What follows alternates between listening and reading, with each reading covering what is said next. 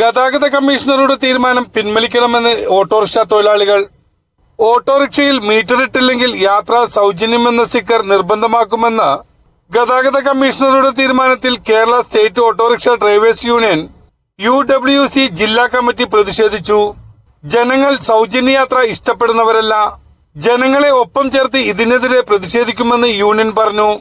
നിലവിൽ മീറ്റർ ഇടാത്തവർക്കെതിരെ നിയമ നടപടികൾ സ്വീകരിക്കണമെന്നിരിക്കെ ഡ്രൈവർമാരുടെ ആത്മാഭിമാനത്തെ ചോദ്യം ചെയ്യുന്ന മീറ്റർ പ്രവർത്തിച്ചില്ലെങ്കിൽ സൗജന്യ യാത്ര എന്ന സ്റ്റിക്കർ പതിക്കുന്ന പരിപാടി നടപ്പിലാക്കാൻ അനുവദിക്കില്ലെന്നും ശക്തമായ പ്രതിഷേധവും ആവശ്യമായ നിയമ നടപടികളും ഈ കാര്യത്തിൽ സ്വീകരിക്കുമെന്നും ജില്ലാ പ്രസിഡന്റ് റഷീദ് താനാത്തും ജില്ലാ ജനറൽ സെക്രട്ടറി സക്കീർ തമ്മനവും പറഞ്ഞു.